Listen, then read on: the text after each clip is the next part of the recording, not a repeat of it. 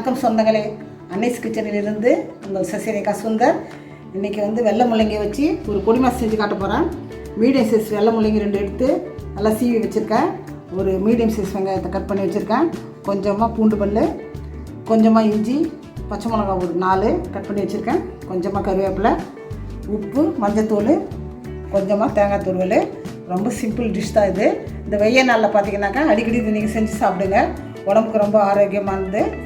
சாம்பார், ரசம், காரக்குழம்பு எதுக்கு வேணால் இதை தொட்டு சாப்பிட்லாம். நம்ம ரொம்ப ரொம்ப ஆரோக்கியமான டிஷ் இது. ரொம்ப ரொம்ப சிம்பிள் டிஷ்ஷு. எப்படி செய்யலாம் பார்க்கலாம் வாங்க. அடுப்பத்தை வச்சாச்சு, அதனால் பாத்திரம் வச்சுட்டேன். பாத்திரம் காஞ்சிடுது. இது கொஞ்சமாக எண்ணெய் ஊற்றிடும். எண்ணெய் காஞ்சிடுது. இப்போ நம்ம கொஞ்சமாக கடுகு வைப்போம். சோம்பு போட்டுக்கணும்.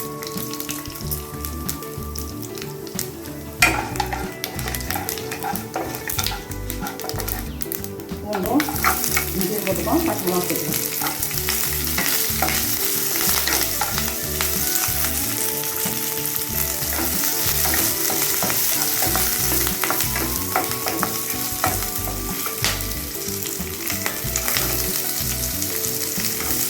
வெங்காயத்தை சேர்த்துக்கோம்.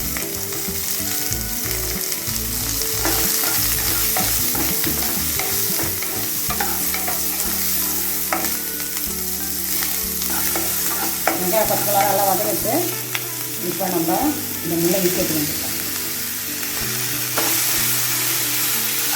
இதுவே தண்ணி விடும். நம்ம பார்த்துலாம் தண்ணி ஊற்றணும்.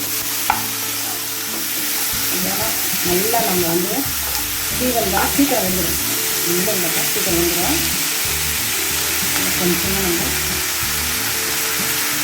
மஞ்சத்தூள், கொஞ்சமாக மஞ்சத்தூள்,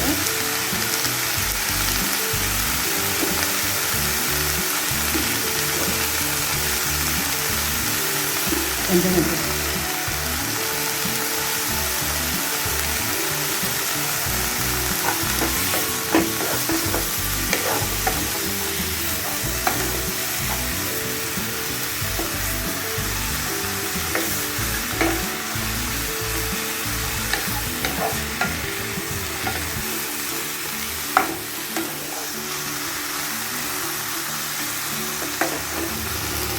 கொஞ்சமாக தண்ணி ஊற்றி மூடி வச்சுருவோம். ஒரு 2 நிமிஷம் கழிச்சு கலந்து பார்ப்போம். ஸ்லோவில் வச்சு 2 நிமிஷம் ஆகிட்டு இந்த முள்ளங்கி பார்த்திங்கன்னா நல்லா வெந்துடுது. நம்ம நல்லா சீவி போட்டதால் நல்லா வந்துட்டு இப்போ நம்ம தேங்காய் போட்டு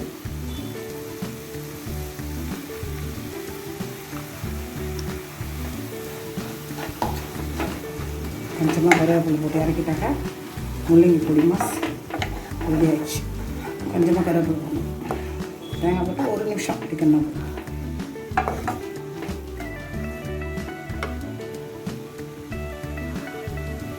கருவேப்பிலை கொஞ்சம் கிள்ளி வச்சுப்பேன்.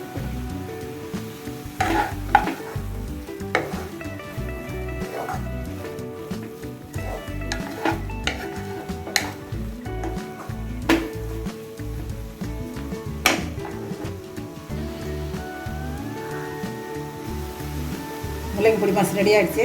இப்போ கேஸ் ஆஃப் பண்ண வேண்டியதான். ஆரோக்கியமான முள்ளங்கி பொடி மாஸ் ரெடி ஆகிடுச்சு. வெய்ய நாள் வந்ததால் நீங்கள் அடிக்கடி செஞ்சு பாருங்கள். அடிக்கடி செஞ்சு சாப்பிட்டிங்கன்னா உடம்புக்கு ரொம்ப கூலாக இருக்கும். நீங்களும் அடிக்கடி செஞ்சுட்டு எனக்கு கமெண்ட்ஸில் சொல்லுங்கள். லைக் பண்ணுங்கள், ஷேர் பண்ணுங்கள், கமெண்ட் பண்ணுங்கள். மறக்காமல் என்னுடைய அன்னைஸ் கிச்சனுக்கு சப்ஸ்கிரைப் பண்ணுங்கள். தேங்க்யூ.